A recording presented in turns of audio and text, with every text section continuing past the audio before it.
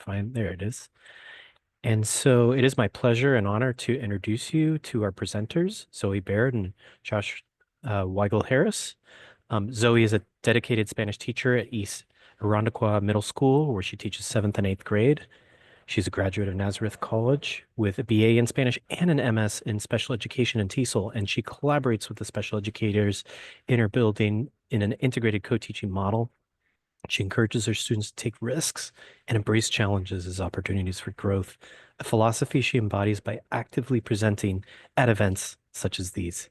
And Josh Wigle-Harris is a passionate Spanish teacher as well and world languages curriculum leader, also at East Irondequoit Middle School. He holds a BA in Spanish and an MS in special education from St. John Fisher College, and he's committed to providing authentic cultural experiences in the classroom and through travel. And he plays a significant role in New York State AFLT, serving as the Rochester Regional Conference co-chair and AV co-chair for the annual conference. And with no further ado, I'm turning it over to our excellent presenters. Thank you. Thank you. Good afternoon, everyone. So we're Josh and Zoe, and we are from East Irondequoit Middle School, which, if you are not familiar, is one of the inner suburbs of the city of Rochester up in Western New York. So today we're going to dive right in because we have lots of fun stuff to share with you. And we thank you for joining us at the end of your day. I know you've had the opportunity to hear from a lot of really awesome presenters throughout your day. And so thanks for being with us this afternoon. So by the end of our session today, we're hoping to do three things. We want to help you identify strategies to support students' proficiency, knowledge, and growth. Some actionable steps that you can walk away with today to scaffold instruction throughout a unit. And then understand deeper how sequencing instruction will result in a higher proficiency performance.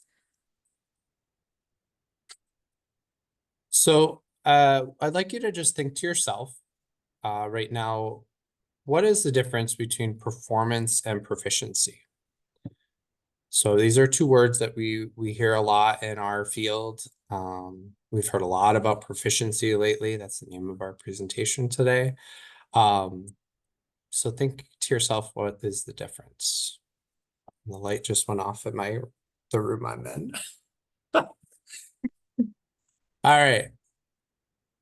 So here is what ACTFL says as far as performance versus proficiency. Performance is that ability to use the language that's been practiced within familiar contexts and content areas. This is a lot of what we do on a daily basis. We're asking students to perform for us. We're asking them to take the vocabulary and the structures that we've taught them and to do something with them. Which we're at a novice level. We teach 7th and 8th grade Spanish. That is what we expect from our novice learners. What we're really pushing students towards, though, is proficiency. So we're really pushing them towards that ability to use the language spontaneously in real-world situations, in a non-rehearsed context, and in a manner that's considered acceptable and appropriate. So we often don't get to model that proficiency stuff in our classroom because we do the best we can to create real world situations, but we're really preparing them to do that when they leave our classrooms, hopefully, right? So Zoe and I are taking 24 students to Costa Rica in 17 days. We're hoping that they're going to demonstrate their proficiency based on the performance they've done in class throughout their years in our Spanish program. So we're really working on that proficiency part. So as the name of our sessions goes, we're looking at the building blocks of proficiency. So these don't necessarily go in sequential order because you'll see we're going to kind of intertwine them throughout. But the first one that we'll talk about today is our classroom environment. So a language-rich classroom environment includes everything that the learner encounters when they enter our classroom, meaning what the instructor says, what they use, what is read and viewed in class, what learners can access or produce, what resources we're using, whether that be websites, authentic resources, but whenever possible, a language-rich environment is going to include those authentic texts around the classroom. And we use Realia and different authentic texts around the classroom to help students also talk about their proficiency levels. So we have several graphics posted in our rooms that go along with different examples in English for students that are associated with the grade level. And students are able to relate this to a standards-based grading rubric that we use building-wide to make different connections very explicit for students to see and reference on a daily basis. As I previously mentioned, we also incorporate authentic resources as much as possible to include a variety of voice and culture within our classroom, and they serve as a basis for the comprehensible input that we use during instruction. We really emphasize to students that when looking at those resources, you're not going to know every single word, and that's okay. What we're practicing is identifying our vocabulary for that unit and also cognates to help them make meaning with the text. So in order for them to make meaning with the text, we obviously want everything that we're doing within our classroom to be contextual, practical, realistic for students in situations that they see themselves in. And that also has to do with the type of vocabulary that we're generating for them. So before we do a unit, or even sometimes after, we'll ask students and just kind of take a poll. What would you like to say based on the context or this topic, this theme? And that's how we generate majority of the vocabulary for our units. So basically what I was saying before, right, are situations that students can relate to, that they could see themselves in. And that's a huge part of their ownership of learning and their mindset of being an active participant, because students are engaged, right? They know what they're going to be held accountable for, that performance aspect. So they are very aware of this classroom works when we're all working together, and they definitely have that role of being an active participant in everything that we're doing. So these are some of the different symbols that we use and show students that come from the state, right? Our interpretive, interpersonal, and presentational. So we try to use these as much as we can to show students, one, just that visual representation of the mode that we're expecting from them, but also to keep it consistent with what's expected of us. Different types of things that we do around our room, right? We have anchor charts, we have like the super siete phrases in our room, we have word walls, we have various whiteboards around our room that we either use to write down ideas that other students had, or we have activities a lot of the time where students work in groups on these whiteboards. The proficiency posters that I mentioned, and we also post some cultural artifacts around our room that align with each unit. So the next building block we're going to talk about is unit design. And so when we're talking about the revised standards, obviously this is a big topic that people are looking at, is how do I design units around the revised standards, and how do I make that come alive in the classroom? So we'll share with you a little bit of our thought about unit design, and then we're actually going to show you an example of a unit, or examples from a unit that we do here in 8th grade. So when designing a unit, we're very intentional about the outcomes and how we get there. Zoey mentioned that we're a outcomes-based or standards-based grading school. So we actually had to sit down a couple summers ago and look at each of our units and say, what are the things that we are expecting from our students? What kind of performances do we want them to be able to go through and display by the end of a unit? And they are modeled around the language functions that for each of the communication modes. So they're all aligned there, and then from there we explicitly plan out how we're going to get there. You're going to hear this a lot in this presentation. It's relatable for students. I will give one example. We just revised a unit this year for 7th grade called the Circle of Care. So instead of just my family, we talked about your circle of care. Last year at the end of the year, I sat down with some 8th graders and I asked them about who is in your circle of care. What responsibilities do you have to them? What responsibilities do they have to you? What do they do for you? What do you do for them? And from there, we created a unit. And the vocabulary in the unit was very much structured around the stuff that the kids shared with us.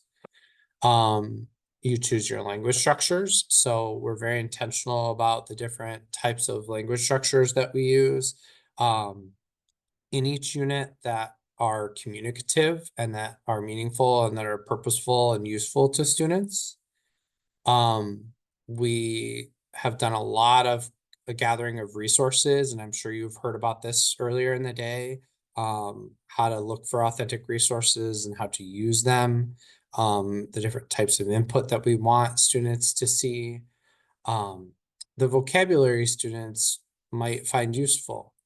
And then also a cultural focus. So each unit that we have, our units last, we have a 6th, 7th, and 8th grade program at our school, and our units last a quarter each. So they last 10 weeks, more or less, given some vacations and days off and so forth. So we take a deep dive into our focus, and usually it's tied with a culture in a Spanish-speaking country.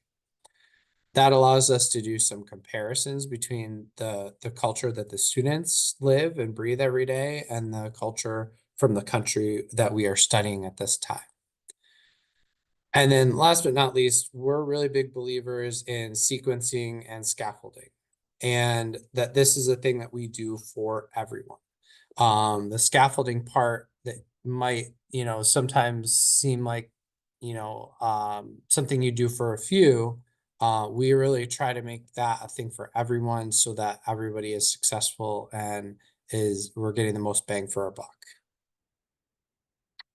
So this is a little quote about sequencing instruction.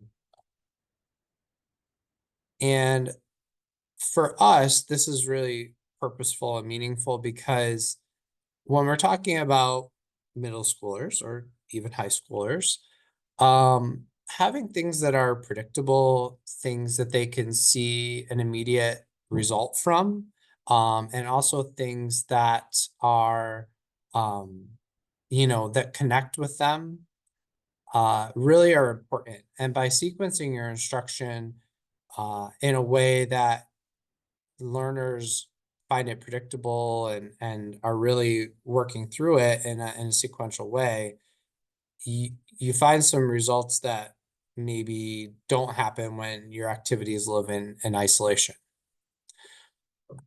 So our thought about sequencing instruction is that it's predictable for students. I always say to my students, I'm not a man of many surprises. Like, I'm going to let you know what's coming at you. And also that everything kind of flows into the next thing.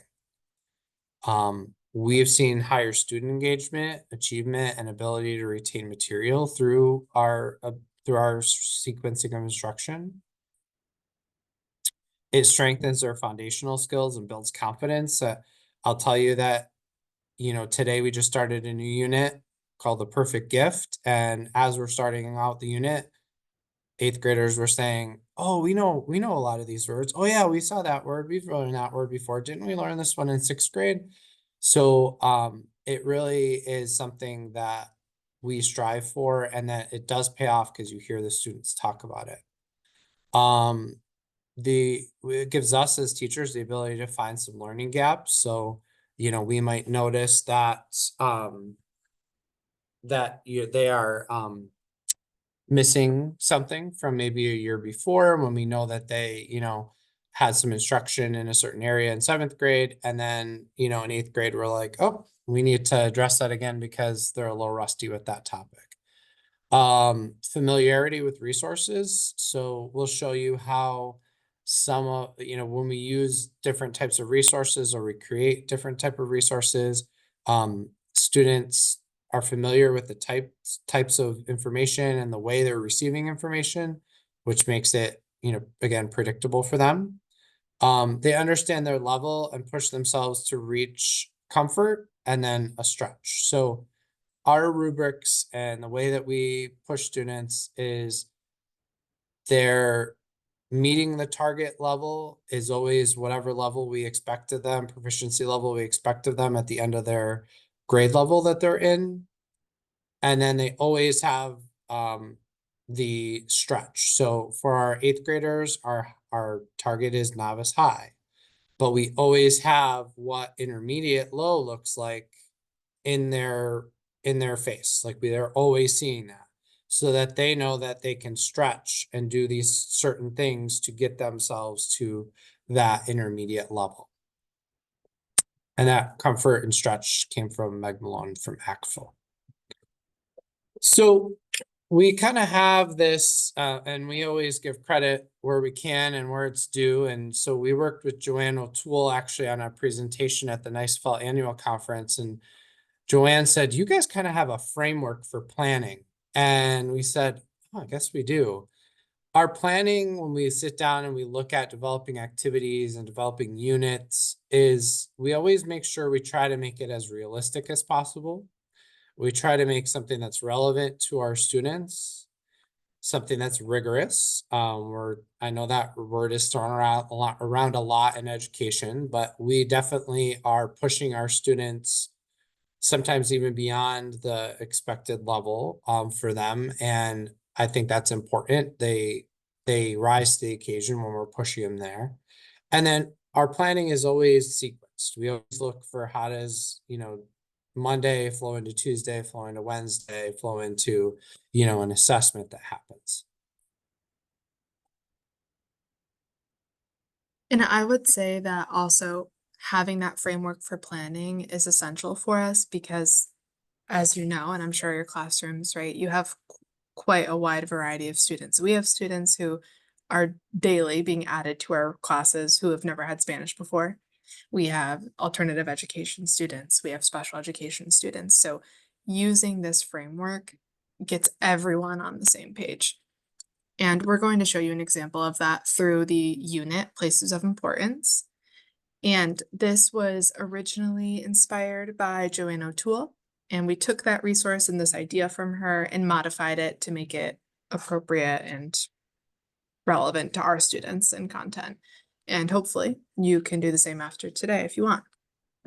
So here I won't dive deeply into this. This is just a unit overview where we've highlighted the essential skills in practice that we did leading up to each assessment throughout the unit.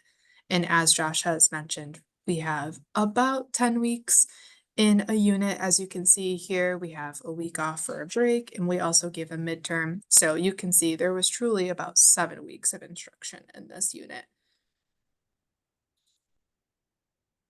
And we're going to show you at the beginning of the example weeks that we're going to talk about, just an overview of the target that we have for that week, and then the language structures that we're using, and then also the vocabulary that we're introducing and using with the students.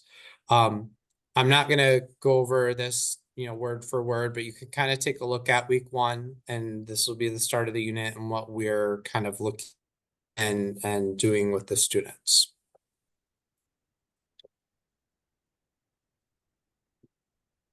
And now here's where we get to the fun stuff. So I do want to let you know, we will share, we'll figure out with Mark how to share this presentation with everyone at the end, because you're going to see a lot of things. You're going to see a lot of things fly into the PowerPoint, stop, we'll talk about them a little bit, and then they'll fly out of the presentation. And we have a copy of this presentation that has everything on separate slides for you so that you can kind of see it, piece by piece and kind of separate from the kind of congested slide.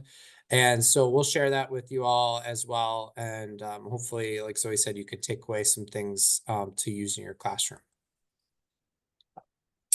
So when we look at week one, when Sorry. starting right off the bat, sorry, there's the bell. Right off the bat, we're having students do things with the vocabulary that we've had prior students identify as, okay, this is relevant to my life. So we introduced our vocab lists. So we do still have vocab lists. We try to make them as condensed as possible. And we started off with an activity asking students just simply, is this an important place? Yes or no. And this was relevant to their life because it had places within our community. It activates their prior knowledge and reviews places where they've already actually seen several of these places in a 7th grade unit about what they like to do in their free time. So again, there's that idea of looping through all grade levels. So they're familiar with some of the places in Spanish, as well as just some of these places in their community. And you'll see this type of yes or no, right? Simple, accessible activity will be repeated throughout. We also then had a categorizing activity that we did that day where students had several categories and they were named using cognates. So a lot of them, they could just look at these categories and understand what it was saying. And then they had to match pictures underneath that category using a lot of cognates. And we actually used these same images from day one all throughout the entire unit. So students were using familiar resources, we're using cognates, and a lot of this vocabulary they've actually already seen the year prior. So then we proceeded to do like a little game. We did a little Busca game, which is like a memory game with the words that we studied the day before. And then we went into a little Kahoot activity, asking that question of what type of place is this? Again, showing imagery and connecting that with some of our vocab. Very simple, nothing too complicated quite yet, but we're still just kind of looping our way through that vocabulary. So Wednesday, we start turning up the heat a little bit. We are asking them to produce things in Spanish. And you might be thinking, it's day 3 of a unit. How are you doing that? Well, we're doing that using our chat mat.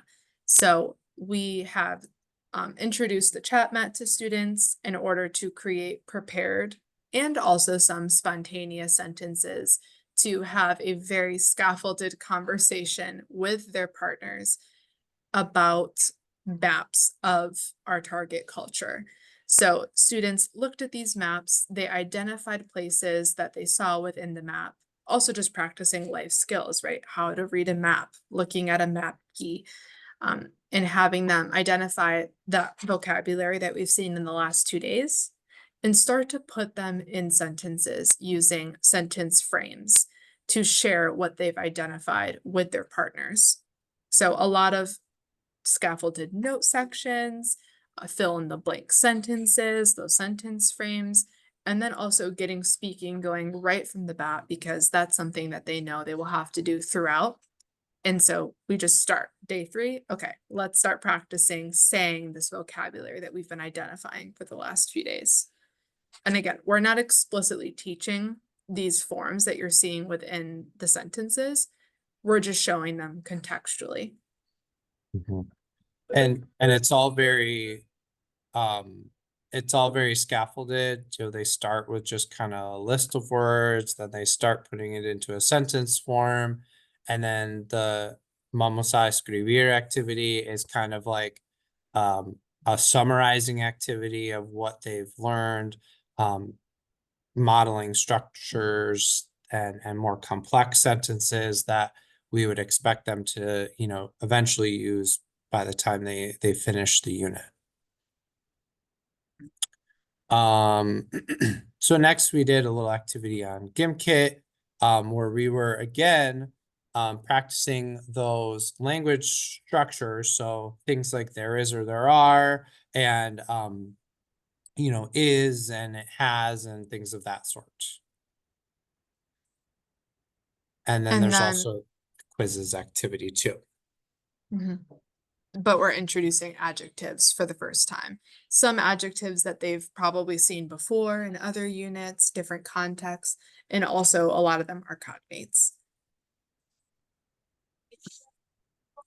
So we're gonna actually skip this part, I think, and we're gonna move on to week 2, but you can kind of think like, what would you do in week 2?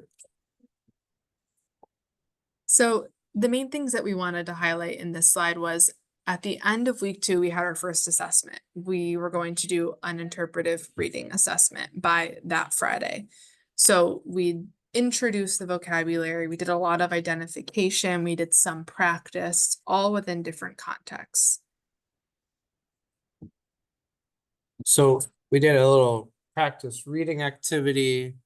Then we actually had an activity here where we took some authentic resources, some TripAdvisor, some reviews of different places in different communities in Argentina and Venezuela, which will be what they will see also on their test coming up at the end of the week. You'll see that this activity, it looks a lot like the is it an important place activity. And it is just a simple true or false activity now, though, with some sentences in Spanish.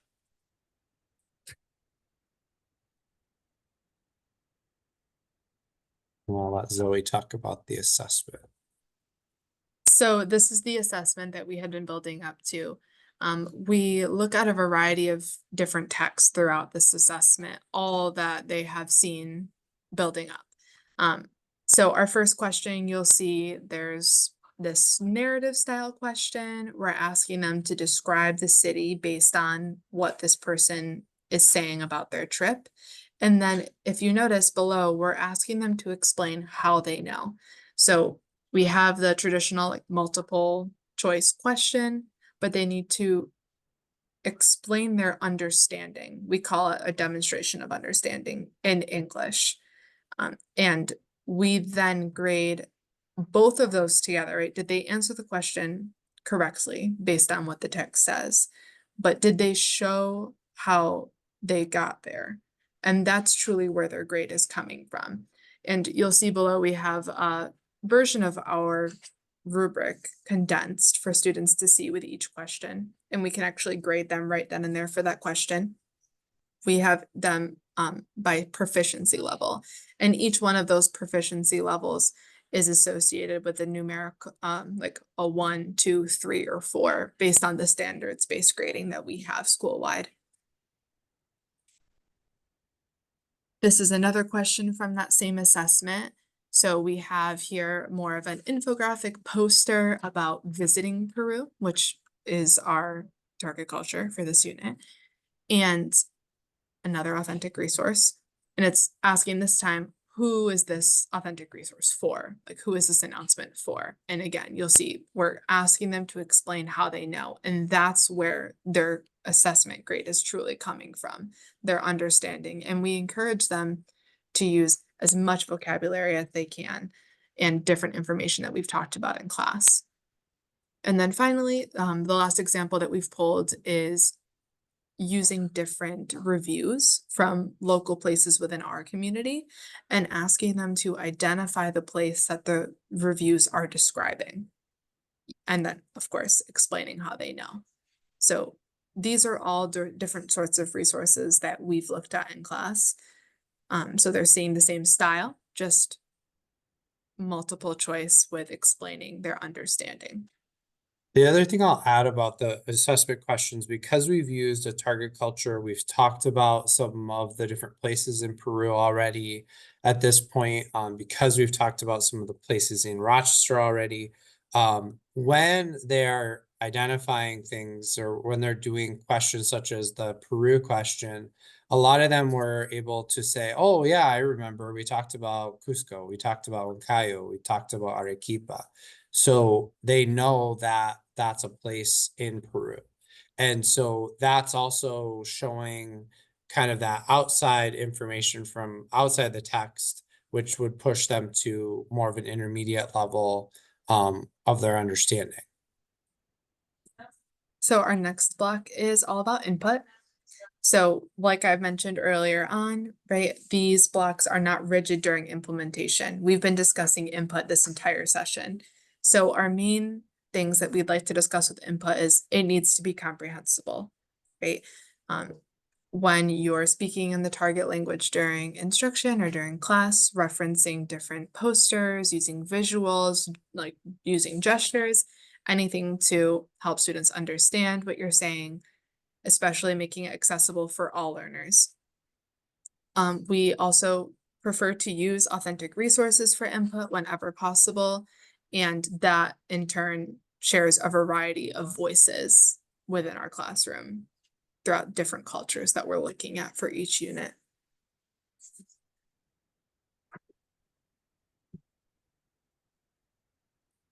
All right, and so here is week 3.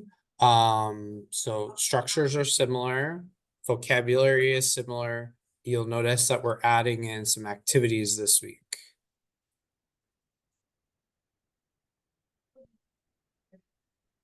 So on Monday, as we've shown in a prior week, we often use GimKit for students to practice identifying a chunk of vocabulary within a context. So in this specific practice, they are identifying the places, but now being associated with activities that are done in that place.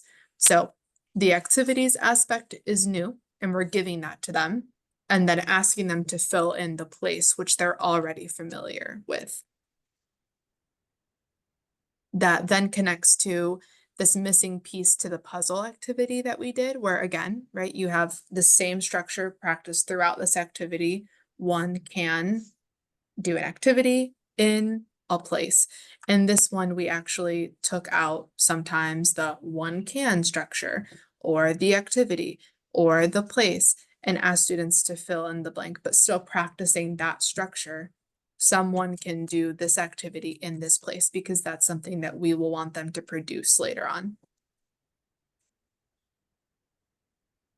On Tuesday, we kind of flipped into some of our listening practice. So we have a little true false activity, which is up in the left-hand corner up here. We did similar phrases with the activities and the structure one can, and where you can do that activity. But what students had to listen carefully for was the incorrect statements. So if we said an incorrect statement, there's a marker in the middle of a pair of students, and they had to try to be the first person to grab that marker if they thought that the statement was incorrect. And so obviously we try to make those pretty, pretty out there, like you can camp in a pharmacy. Okay, if I'm listening carefully enough, I know that that's not a true statement, and I would try to grab the marker to indicate that that was incorrect. The other activity that we would do is this activity with pictures. So we put together sets of pictures of activities, and we would read statements about the community and what you could do in the community. And based on the pictures that were presented, we had the students answering true or false. And then we would use that as kind of a way to spark some conversation, give them some more input in the target language, and talk about, why or why not, oh, look, I see, in the picture here, you can see that someone could play sports in this town because there's a soccer stadium. So they start to put together that language a little bit more and start to use all the structures that we've already introduced to them. Wednesday's a flex day, and we could do an entire presentation about flex days, but basically it's a day where we offer remediation and reattempts on an assessment. Or if they performed at the target level or higher, they do an extension activity that's typically related to the culture that we're talking about that unit or the next skill that we'll be practicing that unit. So it's a day that provides them time to reflect, reattempt, or extend. We continued our work with listening, with a sequencing activity. So this is an activity that we actually picked up from a professional development that we did, where we developed some paragraphs. These were teacher developed paragraphs, so not an authentic resource, but we developed paragraphs about a community in Peru and then also a community in our community here in Rochester. And we pulled out, keep doing this, sorry. We pulled out different vocabulary and different structures from the paragraph and had students look at those before we listened and made sure that they understood what all of those were. And then as we listened, students were putting these phrases in order. So they were numbering on the left-hand side there, the order in which they heard these phrases, which if you ever wanted to see middle schoolers really focus on something you're doing, it's trying to get them to get all the numbers in the correct order and saying to themselves, oh man, I'm only at 7 and we're supposed to be at 9. Oh my gosh, I missed 2, and so they really focus on listening for those structures and then also putting them together in develop meaning in the paragraph. So off to the right at the end, we wanted them to say, how is this community described? So that was in English. We wanted them to demonstrate their understanding of the paragraph and show us what they know based on what they listened to. And an open-ended question like that offers them the opportunity to give as little or as much information as they can based on what they learn. And a scaffold that was actually recommended to us the last time we presented this was filling in 1 or 2 of the numbers within the sequence for students. So that way they know, oh, okay, that one is supposed to be number 3. And that was something fun that we tried out when we just did this unit. The last thing that we'll talk about for this week is on Friday, we did a pop-up game where we read a statement in Spanish, right? We read a statement in Spanish and students take notes within a group. And after they have a minute or 2 to discuss what they think the statement said, they share out what they thought the statement was in English. And whoever can say that statement first, they get the point.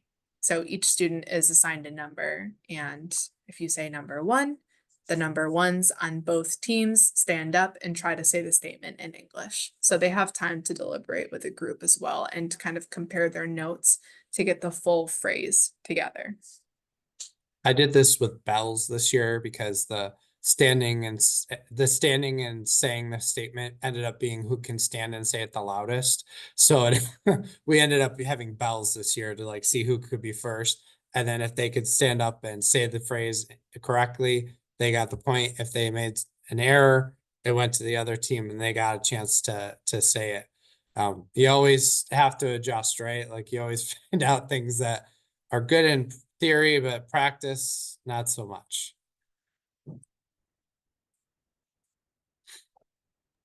So our next topic is scaffolded output. And Josh is going to tell us a little bit about that.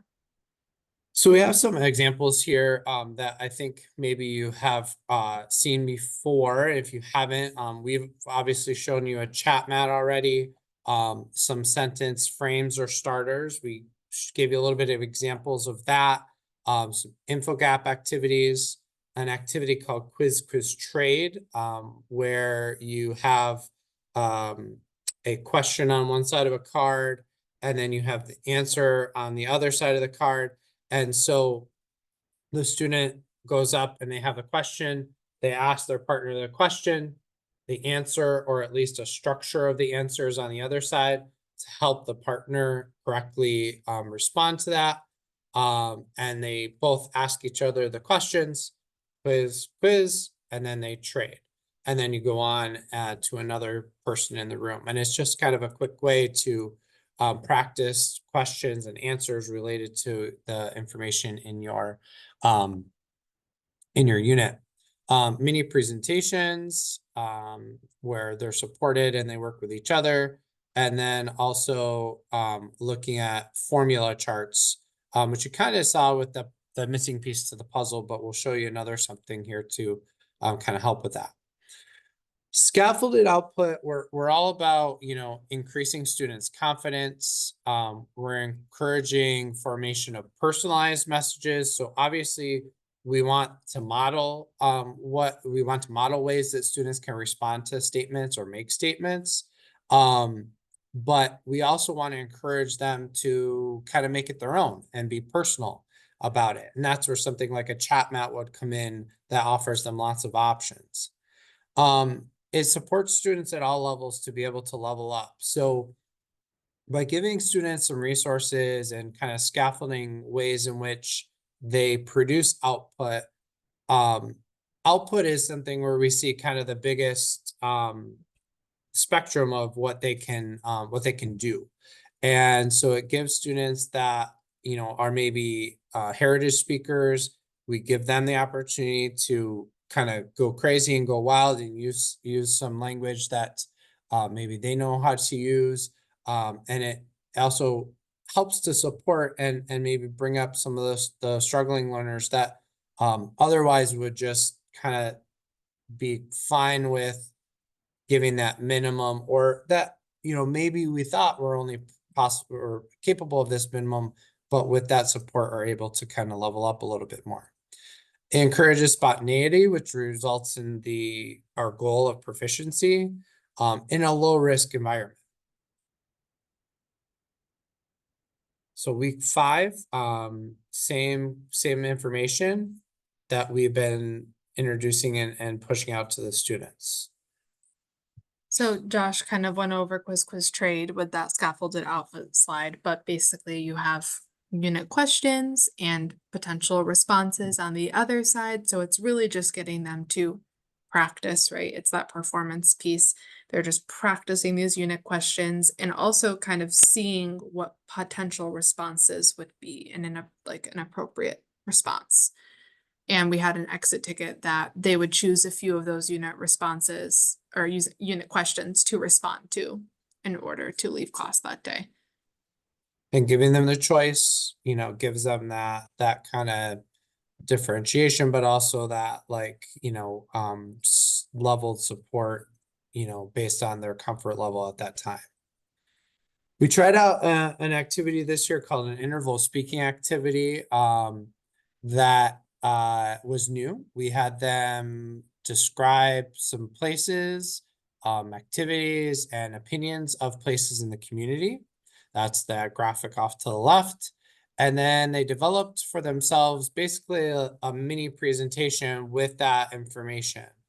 And then we gave them a 1 minute time frame where they were then going to have to present to a small group. And during that, small group time, as one person was presenting, the next person was kind of preparing, getting their thoughts together about what they were going to say. And then it would transition to the next person once the 1 minute timer was up. And it would just keep going where the one person was planning, one person was speaking, and the rest of the group was taking notes over here on the right-hand side, based on what their group members said. So pushing them to do some speaking, but in a little bit of a scaffolded way, and just tiny 1 minute intervals. And then on Wednesday, the following day, we did more of a whole class version of that. So students got in small groups. They were assigned a place of importance in the community that we've been looking at. They generated vocabulary about that place of importance. And then they answered the unit questions that we've been practicing throughout of the last 5 weeks and responded to those. each student was assigned one or two of those phrases to share, and then they actually presented as a group to our class about that place of importance within our community. And so you can kind of see how things have kind of spiraled in sequence, right? Like they're doing some practice with questions and answers, and how do I respond?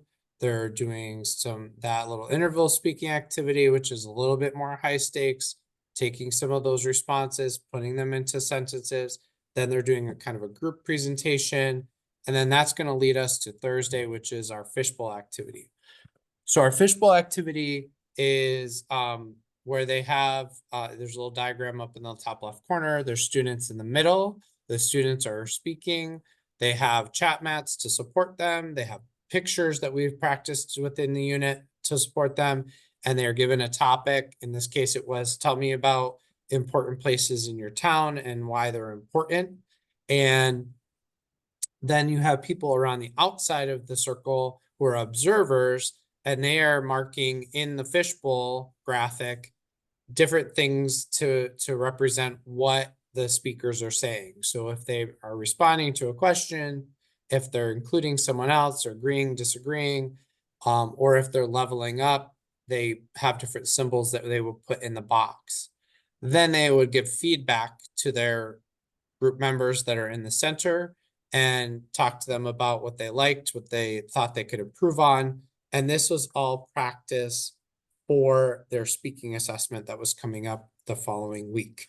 Everybody in the class participated in the center of the circle and also on the outside of the circle.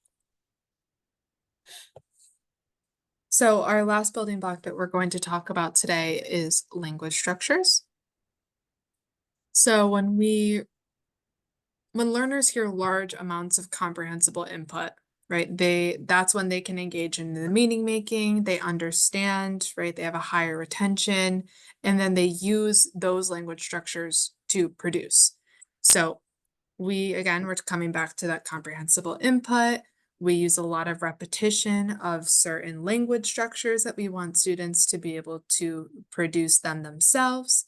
And we've mentioned this a few times. We loop those structures throughout multiple units throughout all 3 grade levels. So we definitely really treasure our 6th through 8th grade alignment, which we know that's not everyone's circumstance, but we've worked really hard as a building and within our department to truly align to make sure that we are looping through our vocabulary, our structures, so that way students can have that deep meaning making within appropriate contexts, and everything is student-based. So our last week that we'll look at here, you can see that we've added reasons for importance, and talking about what does your community offer, what can one do in the community. So we didn't have school on Monday. And to provide a little bit of context for that, we just showed you week 5. Now we're skipping to week 8. So we had that speaking assessment during week 6, week 7. We also were doing some practice. And then now week 8, here we are. And so this is a little puzzle activity. So we're bringing back the images that we've been working with since the beginning of the unit. And we're having students put together now 3 different things. We're having them put together a description. So Lake Ontario is a lake that we have in our community. And so we are describing that place. We're talking about why it's important, because it offers us a place to get together. And then lastly, we're talking about what are things that someone can do there. And so here you can swim at the lake. You can also play volleyball and sunbathe and do all these things together at the beach. The point of this activity is for students to start to see a connection of linked ideas, connected thoughts about a place.